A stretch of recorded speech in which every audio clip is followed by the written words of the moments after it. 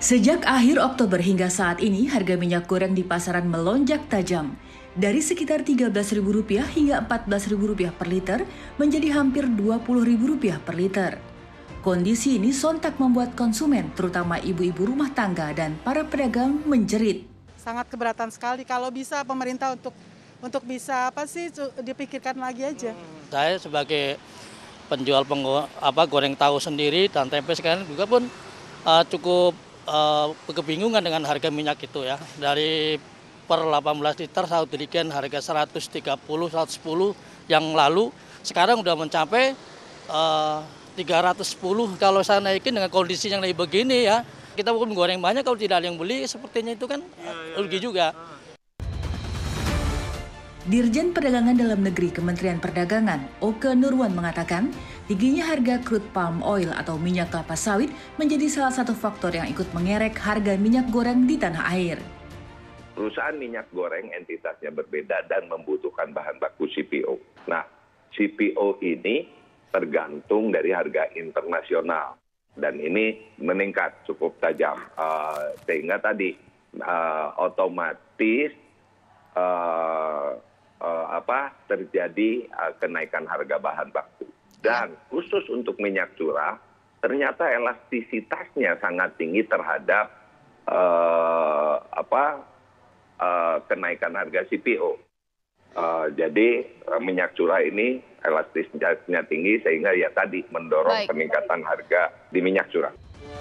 Kenaikan harga minyak goreng yang di batas kewajaran bisa menimbulkan efek domino ke sektor lain, yaitu kenaikan harga makanan dan minuman. Kondisi ini membuat inflasi melonjak. Sebagai gambaran, konsumsi makanan minuman itu mengambil porsi 22% atau hampir seperempat dari total pengeluaran masyarakat. Sedikit saja ada kenaikan dari sisi harga pangan, efeknya akan ke segala barang dan jasa juga mengalami penyesuaian. Nah, oleh karena itu, inflasi diproyeksikan tahun 2022 kalau situasi terus berlangsung, maka inflasi bisa mencapai 4-4,5% secara tahunan. Jauh lebih tinggi dibandingkan level pada 2021. Harga minyak goreng yang mahal diprediksi masih akan berlangsung hingga tahun depan. Apalagi pemerintah akan menghentikan peredaran minyak goreng curah awal tahun depan. Pemerintah diminta segera ambil tindakan. Jangan sampai rakyat kecil lagi yang jadi korban.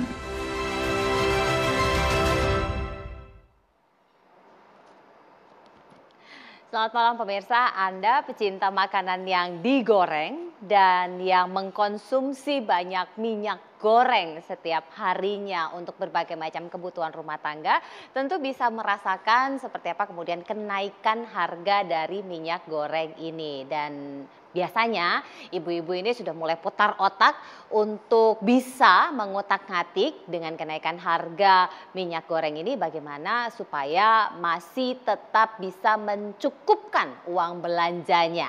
Karena uang belanjanya belum naik, minyak gorengnya yang hampir setiap hari digunakan ini mengalami kenaikan. Atau mungkin Anda yang biasanya beli gorengan, nah ini sudah mulai merasakan ukuran gorengannya semakin kecilkah atau harganya mulai naik. Nah, untuk itulah pada malam hari ini kita coba mendiskusikan berkaitan mengenai harga minyak goreng yang meroket, rakyat kecil mulai menjerit. Saya sudah bersama dengan 2 orang narasumber di studio dan 2 orang narasumber yang terhubung melalui video conference. Yang pertama saya sapa ada Dirjen Perdagangan Dalam Negeri Kementerian Perdagangan Pak Oke. Selamat malam, terima kasih Pak Oke. Selamat malam Mbak Gita, selamat malam pemirsa. Sudah berkenan hadir dan menyempatkan waktunya. Siap. Dan tentunya ada Pak Andi Akmal Pasludin, Wakil Ketua Komisi 4 DPR RI dari fraksi PKS. Pak Andi, selamat malam. Selamat malam, Assalamualaikum warahmatullahi wabarakatuh Mbak Gita dan para pemirsa sekalian. Saya sapa juga 2 orang narasumber yang terhubung melalui video conference. Yang pertama ada ekonom senior Indef, Bang Faisal Basri. Bang Faisal, selamat malam. Selamat malam Mbak Gita, Mbak Manohara. Sehat Bang? Alhamdulillah baik. Di sini ada Pak Dirjen dan juga ada Pak Andi, berkenan juga untuk disapa Bang Faisal. Selamat malam Pak Faisal. Selamat malam Pak Faisal. Pak Dirjen, Pak Oke, dan Pak Sahat. Malam Pak. Dan saya juga ingin menyapa Direktur Eksekutif dari GIMNI, Bapak Sahat Sinaga. Pak Sahat, selamat malam. Selamat malam Mbak Gita, selamat malam Pak Oke, Pak Faisal dan Pak Andi. Senang ketemu bapak-bapak kembali di sini.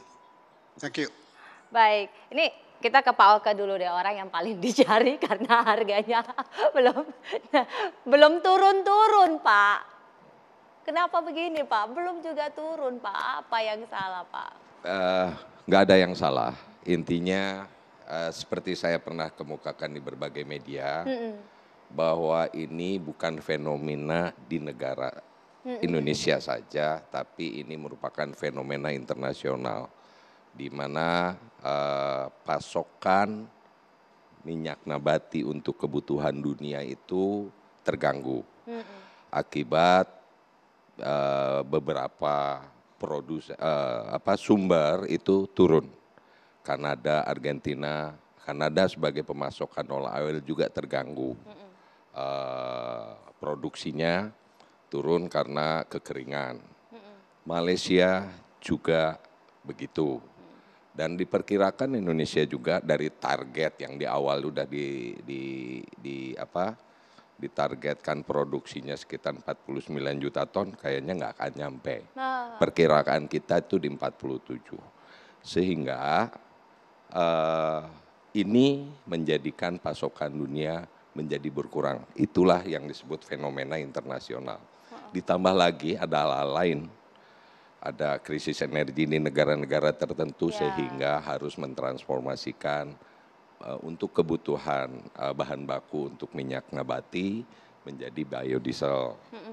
Dan tentunya juga di era pandemi ini biaya logistik yang cukup meningkat, dan artinya ini adalah terjadi kenaikan secara menyeluruh yang mengeret harga CPO. Di mana CPO ini menjadi bahan baku bagi produsen minyak goreng. Nah, produsen minyak goreng ini yang jadi dipertanyakan, kita kok produsen CPO terbesar. Tapi kok malah minyak gorengnya mahal. Ini entitas produsen minyak goreng dengan produsen CPO itu berbeda. Ada yang terintegrasi tapi secara internal juga melakukan seolah-olah dia terpisah. Sehingga kesimpulannya produsen minyak goreng ini sangat tergantung harga CPO. Yang tadi CPO-nya itu dipengaruhi harga internasional. Harga CPO di internasional meningkat itu pun ini termasuk komoditi yang super cycle, termasuk komoditi-komoditi lainnya, kedelai naik, jagung naik. Kayak semua ya Pak? Kan baru kemarin saya diprotes harga telur turun, sementara pakannya jagung naik. Nah sekarang harga telur naik, salah lagi. Harga telur tuh turun dikonsumsi dari biasanya 24.000 jadi 17.000. Ibu-ibu seneng, jadi 15.000 malah. Terus sekarang balik lagi ke 24-25, diprotes lagi naik gitu kan. Padahal, karena minyak gorengnya juga nggak turun-turun Pak. Terus udah gitu untuk menggoreng telurnya naik lagi kan. Gitu. Makanya ibu-ibu pusing. Jadi itu produsen, jadi kami ya produsen minyak goreng itu tergantung sekali dengan harga CPO. Terutama tadi saya sampaikan, terutama minyak curah. Elastisitasnya itu terhadap perubahan harga CPO tinggi. Karena? Berbeda dengan minyak kemasan. Kalau minyak kemasan karena daya simpannya yang panjang bisa setahun lebih, bisa diproduksi lama. Kalau minyak curah kan enggak, gitu kan. Jadi harga CPO minyak curah ini bahkan memang memicu kenaikan minyak curah naik, minyak kemasan naik, tapi minyak kemasan itu tidak setinggi minyak curah. Angkanya memang signifikan sehingga kami dengan produsen minyak goreng itu berusaha memperhatikanlah kebutuhan masyarakat tentang minyak goreng ini. Demikian. Di sini ada Pak Sahat, Direktur Eksekutif dari GIMNI Minyak Nabati. Pak, jadi memang puyeng juga ya Pak, atur-atur kotak-katik karena bahan bakunya naiknya drastis, CPO-nya Pak. Betul. Ya, Jadi kita itu seperti sama aja Bu Gita dengan tukang jahit. Kalau kainnya mahal, masa kita jual bajunya jadi murah? Kan nggak mungkin kan gitu. Nah kemudian Pak Oke dari Kemendak sedang berpikir bagaimana untuk terutama di segmen market yang lower class. Kan ini kan ada upper class dan lower class. Ya. Kalau di upper class ya memang punya kemampuan daya beli tinggi. Kalau di lower class kan relatif relatif kurang. Inilah yang sedang kita pikirkan kemarin itu bagaimana caranya menghadapi harga yang demikian tinggi ini. Nah satu-satunya cara ya semua orang harus berkorban. Ya, berkorban dalam arti kata misalnya kita diproduksi penghasil minyak goreng, oke, kita cobalah marginal costing, ya, jadi kita tidak hitung depresiasi dan tidak hitung profit, semua variable cost, itu yang bisa kita lakukan. Tapi tentunya yang paling penting itu di hulunya sana, di sawitnya. Bagaimana mereka bisa untuk segmen market tertentu itu, ini sedang dipikirkan jalan keluarnya apa. Tapi terasanya kalau semua mau, dan untuk lower class saja ya, upper class sih saya kira nggak perlu dipikirkan. Mereka akan punya purchasing power yang baik, itu yang perlu kita pikirkan. Kita pernah usulkan juga ke Kementerian Perdagangan bagaimana kalau PPN dinolkan, tapi ribet katanya ke DPR lah, dari DPR, wah untuk itu aja ribet, ya udahlah nggak usah kita pikirin itu, yang jalan aja biasa gitu. Kira-kira itu. Tapi kalau sampai sekarang Pak, dengan usulan nanti di tahun depan semuanya akan menuju ke kemasan gitu ya Pak ya, apakah ini nanti juga akan mempengaruhi cost produksi dan bagaimana dengan harga, apakah ini nanti masih reachable untuk mereka yang middle low? Nah nanti Bapak harus jawab sesaat lagi, tetaplah bersama kami.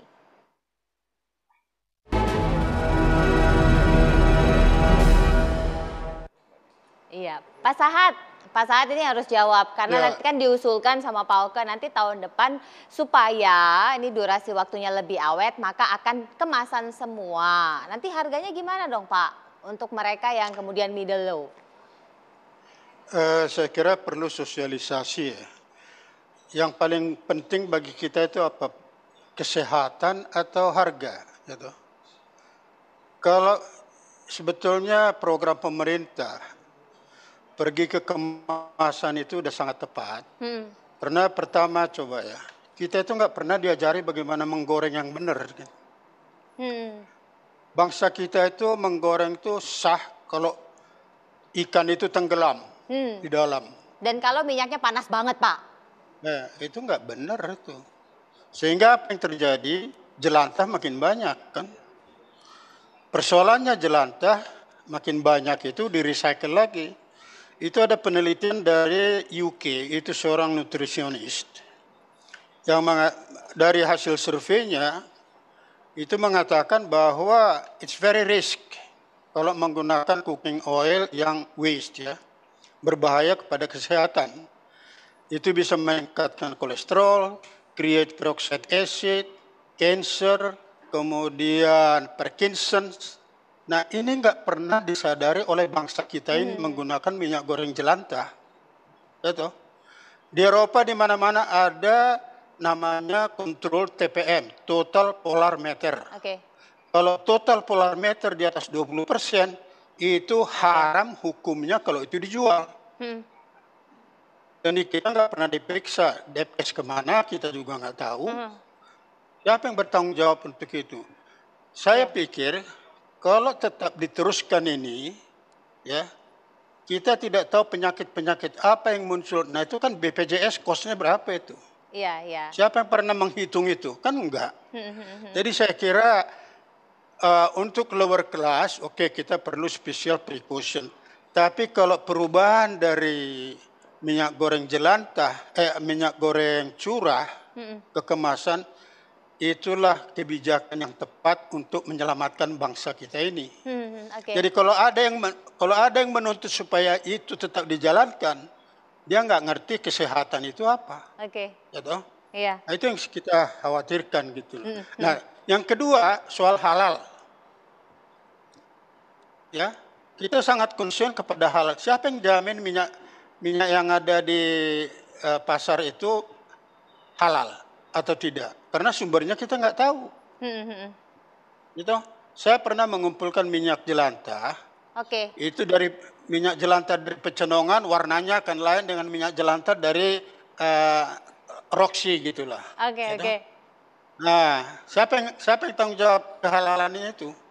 Nah, itu dia. Jadi saya kira marilah kita supaya kita sehat menggunakan minyak goreng yang higienis, lifetime-nya lama, kemudian kita educate bagaimana cara menggoreng yang benar. Itu saya kira.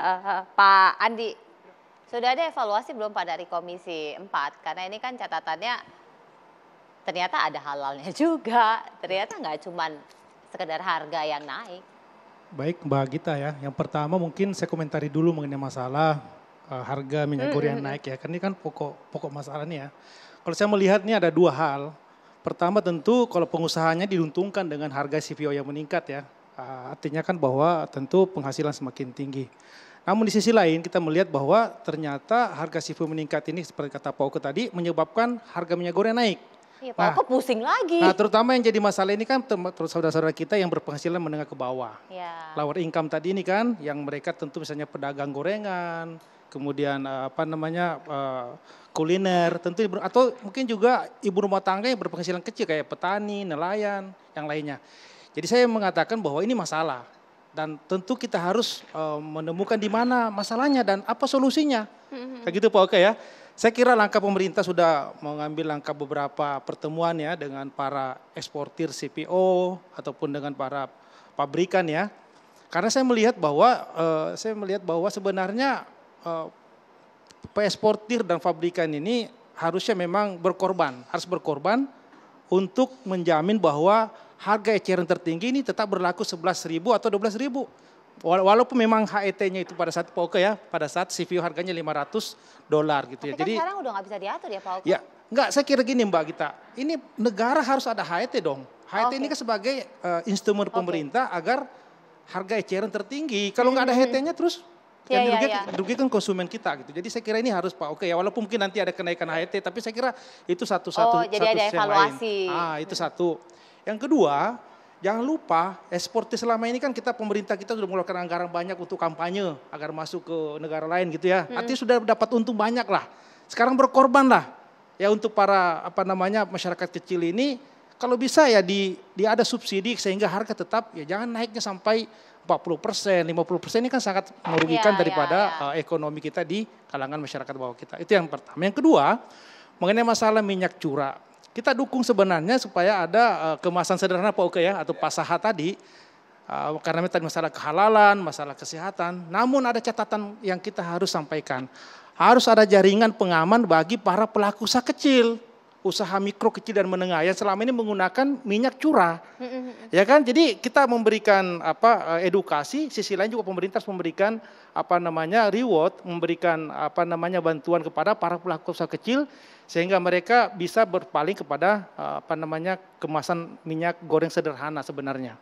Gitu ya Mbak Gita ya. Jadi ini dua hal saya kira dan sekali lagi bahwa kita berharap kenaikan CPO ini jangan terus-terusan, artinya minyak goreng ini ya. CPO-nya nggak apa-apa naik, tapi ini Pak Oke ini. Karena kalau CPO naik APBN-nya juga APBN, agak aman. Tapi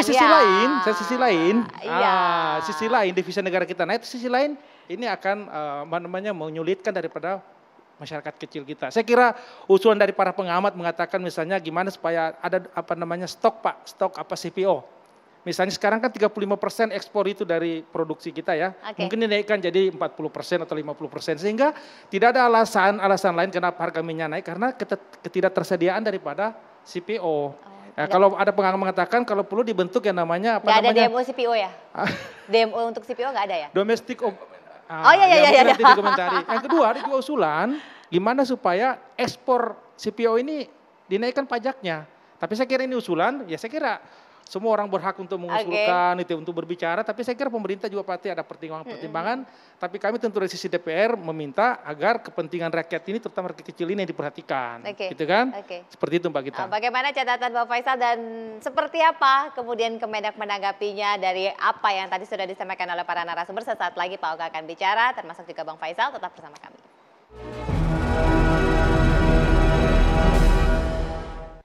Bang Faisal, oh belum. Iya. Bang Faisal, ini saya langsung ke Bang Faisal deh. Bang Faisal, tentu kita pengen tahu kalau dari catatannya Bang Faisal berkaitan mengenai apa yang tadi juga sudah disampaikan, pasti ada catatan-catatan khusus dan hitung-hitungannya nih kalau dari Bang Faisal. Silakan Bang Faisal. Ya, jadi ini memang minyak goreng ini komoditi istimewa. Pemerintah itu grogi kalau harga minyak goreng naik karena corong ibu-ibu sedemikian mungkin. Ini sama kayak cabai ya Bang? Psikologis, ya psikologis. Nah, padahal minyak goreng ini itu tidak sampai 1% dari total pengeluaran rumah tangga. Kecil sekali dampaknya. Tidak sampai 1%. Buat orang kaya apalagi, buat orang miskin aja tidak sampai 1%. Jadi yang paling besar itu beras ya. Itu 20% itu buat masyarakat kota itu, pengeluaran dari orang miskin itu. Rokok 11%. Nomor 3 daging 4%. Nomor 4 telur 4,25%. Mie instan 2,46%. Nomor 12 dari 12 totalnya roti itu 1,61%. Jadi dari total 12 ini tidak ada minyak goreng. Berarti di bawah lagi kan. Nah jadi suaranya ini memang nyaring. Jadi Pak Oke psikologinya memang Pak yang harus perhatikan. Kedua, negara punya instrumen kok untuk melakukan stabilisasi ini. Jadi kalau memang pajak ekspor, jadi sawit ini kan ada bea keluar atau pajak ekspor, ada pungutan sawit. Itu pada bulan Agustus tahun ini besarnya kalau kita gabung, tolong saya dikoreksi buat teman-teman kalau saya salah, bulan Agustus itu $286 per ton. Ya, betul. Ya, $286 per ton. Kalau dirasakan masih kurang, gairahnya luar biasa masih ngekspor, naikkan lagi. Otomatis kalau pajak ekspor naik, maka ketersediaan CPO di dalam negeri naik. Namun yang harus diperhatikan sebelum diimplementasikan derita petani sawit. Karena orang membeli dari petani sawitnya akan lebih rendah. Itu udah hukum ekonomi itu yang nggak bisa dibantah lah, natural law itu. Nah jadi cari keseimbangannya. Karena sekarang ini petani perkebunan rakyat ini sedang sedang gembira lah, mereka ceria. Indeks nilai tukarnya Mbak Brigita itu naik seperti roket. Iya. Padahal sebelum-sebelumnya petani perkebunan rakyat itu paling menderita. Nah, jadi keseimbangan ini yang harus dijaga. Nah, kemudian tidak ada baunya terjadi kartel, tidak kelihatan proses semua bisa dijelaskan bahwa ini mekanisme pasarnya jalan. Nah mudah-mudahan walaupun tadi Mas Bima Yudhistira mengatakan bisa merembet sampai ke komoditi lain dan ke tahun depan ya, saya perkirakan sih ini akan relatif sebentar. Ya ini kan pemicu utamanya adalah semakin banyak porsi dari nabati untuk energi, harga energinya naik. Ya. Harga energi naik, kemudian ada climate change juga, ya, yang membuat gagal panen yang telah disampaikan oleh Pak Oke tadi. Nah, jadi jangan sampai, menurut saya, saran saya jangan sampai dilakukan tindakan-tindakan ekstrim untuk fenomena-fenomena yang bersifat sementara begitu. Ya, jadi jangan kalap. Nah, psikologinya ini, saya lebih kepada kesehatannya tadi yang Pak Sahat sampaikan itu. Mengerikan kalau saya terus terang ya, kalau ada gorengan-gorengan itu betul-betul selektif lah. Nah, kalau di Jepang minyak jelantahnya itu dikumpulkan, tidak dijual lagi, tapi diolah kembali menjadi aftur, pengganti aftur ya untuk rute-rute penerbangan lain. Nah, di kita ini yang besar-besar, gerai-gerai yang besar juga jualan itu, jualan minyak jelantah itu, saya nggak usah sebut lah ya, pokoknya gerai-gerai besar yang goreng-gorengan itu juga ada yang menadahnya, ada yang menadah narkoba ya, tapi memang ada marketnya ini, seperti oli juga gitu. Nah, jadi kesehatannya, oleh karena itu jangan kita mengorbankan aspek kesehatan untuk menekan harga. Dan bagaimana membuat kemasan yang lebih murah. Nah, kemasan buatan Indonesia ini relatif lebih mahal. Itu mahal. Kalau misalnya kemasan dari China itu jauh lebih murah, sampai separuhnya. Jadi ini mungkin catatan. Pak Oke, ada tanggapan? Baik, ada beberapa hal yang tadi saya sampaikan. Skemanya itu memang pemerintah selalu hadir untuk higienis dan kehalalan dan sehat. Tapi ini adalah di sisi produsen. Produsen minyak goreng sudah terstandar. Permasalahannya sekarang adalah perilaku masyarakat. Seberapa jauh dia menggunakan minyak jelantah. Gitu. Minyak goreng walaupun curah diproduksi oleh produsen yang bertanggung jawab, dan itu kita awasi semua pihak.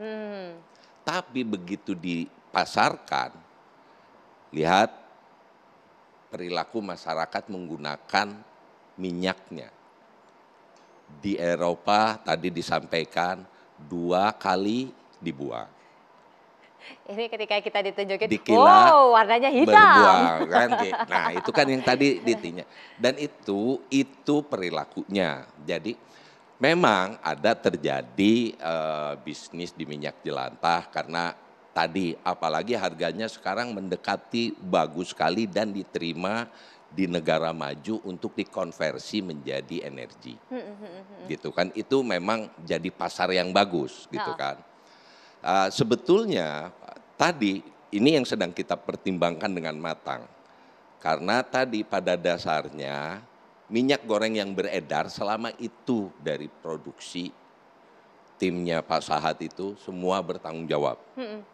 Mereka memproduksi sesuai standar kesehatan. Nah, begitu sudah beredar tinggal perilaku masyarakat memperlakukannya. Ya kan itu. Nah, tapi di sini pemerintah baru mengawal dari sisi produksi. Dari sisi informasi yang harus diterima, itu pemerintah harus ngawal juga.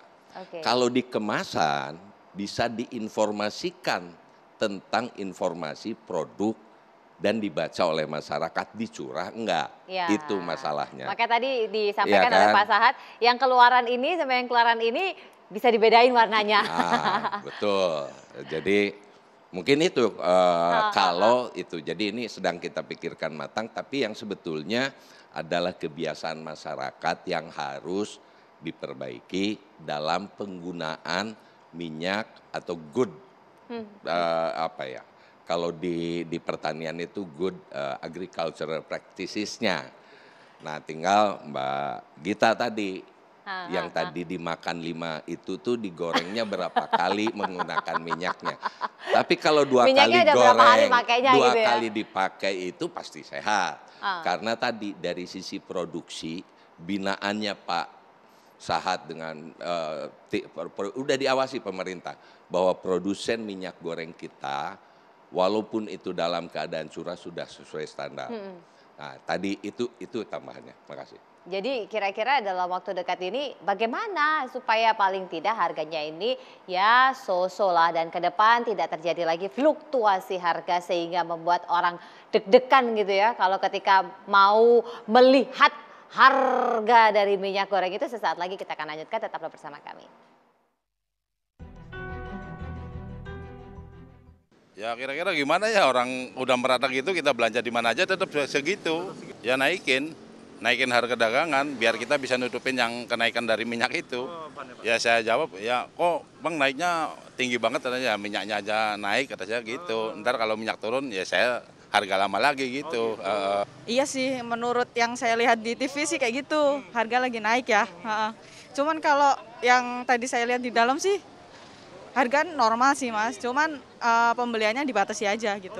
Tadi yang saya lihat sih 2 liter ya, 2 liter jadi per 1 liter gitu terus ditulis maksimal 2 pieces per orang gitu per transaksi. Ya tinggi, biasa 32 sekarang 37. Ya kadar sih dinaikin, orang malah lari kan, nggak jadi beli gitu. Ini ya biarin lah, mudah-mudahan turun lagi gitu besok-besok ya kan. Yang jelas lah sulit ngurangin keuntungan gitu lah. Jadi mungkin turun nggak sih Bang Faisal? Nah ini akhirnya saya tanya karena tadi pas off air saya udah tanya. Kalau dia lihat dari perilaku pasar dan shock yang terjadi, sudah hampir selesai menuju ke normal, maka saya memperkirakan dalam waktu 2 bulan ya paling lama 3 bulan akan mengalami penurunan lagi. Oleh karena itu jangan melakukan kebijakan-kebijakan yang ekstrim.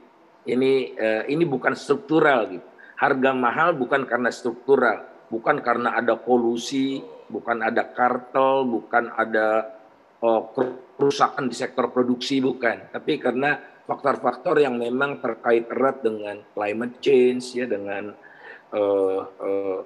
pandemi. Kan kenaikan paling tajam itu terjadi sejak Januari 2020 ya. Itu mulai pandemi. Nah, waktu itu harga rata-rata minyak goreng itu 14.738. Nah, kemudian naik bulan Desembernya menjadi 15.792. Naik lagi April 2021 ini 16 ribuan. September naik 17.000 dan Oktober 18 ribuan. Itu data BPS yang terbaru. Kalau yang paling baru ya Pak Oke lah ya. Nah jadi kenaikan selama Januari 2019 sampai Oktober 2021 itu 29,3%. Mungkin ada HET-nya nggak? Kalau misalnya dengan kondisi yang sekarang orang kan shock dari yang belinya biasanya 17, terus habis itu naiknya sampai 20.000, apa perlu kemudian HET itu Bang? Ya kalau menurut saya jangan. HET itu kalau diberlakukan itu nanti bisa panjang prosesnya. Jadi menciptakan rigiditas harga. Jadi jangan diganggu. Pemerintah misalnya bisa ya di pasar-pasar tradisional biasanya dulu mungkin Pak Oke juga udah mulai ambil ancang-ancang nih semacam operasi pasar gitu. Tugaskan Bulog untuk melakukan operasi pasar. Kan pemerintah udah dapat uang banyak dari pajak ekspor. Ya dikembalikan ke rakyat gitu. Walaupun ya ini nggak bisa begitu, tapi hakikatnya kan kalau untuk stabilisasi untuk rakyat kecil ya udah pasok aja secara formalitas gitu ke pasar-pasar rakyat ya. Itu dalam jumlah yang nggak terlalu banyak sebetulnya, mungkin cuma 0,01%. Nah secara psikologis itu harga akan turun karena rakyat penjual nggak berani naikkan harga terlalu tinggi juga. Pak Sahat. Ya Bu. Jadi kalau ada lebih baik tidak ada HET ya Pak? Saya melihat itu ya, saya sangat sepakat setuju dengan apa yang dibilang oleh Pak Faisal, karena memang itu konsumsinya relatif rendah ya. Cuma satu hal yaitu jangan, yang menarik tadi, jangan bereaksi terlalu ekstrim. Ini perlu kita jaga. Kita itu sudah masuk G20. Ya. Di dunia ini yang jual minyak goreng curah itu di mana sih? G20, masa G20 menjual minyak goreng curah? Ini kan juga image-nya kita kan jelek juga. Gitu. Yang ada terjadi itu cuma di Bangladesh. Sama di Afrika ada. Karena mereka home industry, dijual curah kemudian dibotolin. Masa kita kembali ke situ kan gitu. Saya kira itu, saya lebih concern Mbak Gita itu adalah health issue. Itu di minyak goreng yang kemasan itu, jangan lupa minyak goreng kemasan maksud kita itu mulai dari setengah liter sampai 25 liter loh. Ya. Bukan berarti nanti tukang goreng warteg itu beli yang 1 liter banyak rentengan, enggak. Ada juga yang 25 liter. Itu tetap disiapkan, jadi enggak perlu. Memang dari segi kenyataan hidup Pak Basri begini, kalau racun itu enak. Nggak ngerti kenapa tuh. Apalagi kalau gorengnya campur plastiknya ya Pak. Itu nggak ngerti itu tuh coba. Jadi marilah kita educate masyarakat kita itu. Pertama itu menggoreng itu ya jangan berlebihan karena wasting money juga. Kemudian tingkat kesehatan juga berkurang. Gitu. Jadi kalau saya melihat mengenai itu sangat sepakat tadi apa yang dibilang oleh Pak Andi juga. Mari kita berpikir. Segmen market small yang lower level ini kan tidak banyak, ya. Cuma bagaimana mekanismenya menjaga sementara, jangan ada terapi yang tiba-tiba gradually untuk bisa menyesuaikan diri dengan perubahan harga di lapangan. Itu saya kira yang paling penting. Terima kasih. Andi. Ya, saya kira solusi yang bisa kita sampaikan juga adalah gimana minyak goreng ini dikemas dengan pengemasan sederhana. Pak saya katakan tadi harga ini ditekan sehingga tidak membebani daripada cost daripada minyak goreng itu ya. Saya sepakat Pak Sahat bahwa kedepannya memang minyak goreng curah ini ya memang kita harus larang tanda kutip ya. Tentu dengan edukasi yang kuat, kemudian juga sosialisasi. Kemudian jangan lupa saya katakan tadi bahwa harus ada jaring pengaman bagi pedagang kecil Pak Oke tadi. Jadi jangan kita melarang tapi harus ada solusinya menurut saya. Sehingga minyak jelantah ini jangan jadi bisnis. Artinya udah jadi sumber penyakit jadi bisnis lagi nih. Maksudnya jadi ekspor yang ternyata ekspor minyak jelantah itu pajak ekspornya tidak ada. Ini kan merugikan negara sebenarnya. Artinya secara jangan sampai ini permainan ya tanda kutip ya memanfaatkan isu ini. Kemudian minyak jelantah yang tanpa pengemasan dibiarkan sehingga peluang untuk jadi minyak jelantah menjadi besar dan ini menjadi peluang untuk ekspor keluar untuk menjadi bahan biodiesel. Nah harusnya menurut saya Pak Oke ya di dalam negeri sendiri harusnya kalaupun memang masih ada minyak jelantah ini ditampung oleh ya mungkin Pertamina ya dijadikan sebagai bahan bakar pesawat harusnya gitu ya. Jadi sekali lagi bahwa kita berharap bahwa harga minyak goreng ini turun ya, kita berharap turun dan walaupun mungkin kita katakanlah harga acuan saya kira perlu supaya instrumen kelihatan bahwa negara ini melindungi daripada konsumen kan gitu Pak ya. Jangan terkesan bahwa eksportir ini walaupun memang eksportir ini kita harus hormat juga karena devisa bagi negara besar tapi kita harus memperhatikan juga masalah konsumen. Yang kedua Mbak Gita dan Pak Oke kita harus juga melihat ke hulunya. Nah ini hulunya karena ternyata ekspor kita non migas yang terbesar adalah sawit. Pak Sevio Pak ini. Jadi menurut saya program peremajaan sawit dari BPDPKS ataupun dari Kementan ini harus diperkuat, terutama sawit rakyat. Kalau Pak Sahat dan lainnya udah kuat lah, nggak perlu dibantu. Tapi sawit rakyat ini yang saya kira harus didorong. Yang tadi kata Bang Faisal sekarang baru tersenyum. Karena akan menjadi andalan kita ke depannya, ekspor non migas kita gitu kan. Nah, dan juga diiringi dengan kampanye ke luar negeri bahwa minyak sawit ini sehat dan tidak merusak hutan dan lingkungan. Saya kira ini perlu kita sampaikan gitu. Strategi jangka benah kira-kira itu juga jadi solusinya. Nah, bagaimana kemudian ke depan Pak Oke menyikapinya supaya ibu-ibu tenang? Sesaat lagi Pak Oke akan menjelaskan, tetap bersama kami.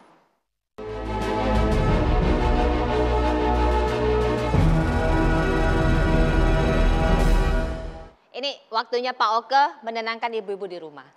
Silakan Pak Oke. Begini. Pada dasarnya tadi apa yang disampaikan Pak Faisal dan memang kita itu untuk tahun ini rekor nih. Saya nggak tahu penyebabnya, tetapi memang target inflasi kita itu ditahan di 3% targetnya. Dan khusus untuk pangan itu 3,5 plus minus 1. Ini kita masih di bawah 2 nih sampai ini udah 1 Desember kan, udah 1 Desember. Jadi tinggal 1 bulan lagi saya yakin masih di bawah 2% lah. Dan pengaruh minyak goreng itu antara 0,05 sampai 0,07%. Secara prinsip begini, terutama dengan kondisi super cycle, dengan kondisi musim yang saat ini, pemerintah memastikan dulu ketersediaan bahan pokok dan barang penting, baik itu asal impor maupun asal lokal.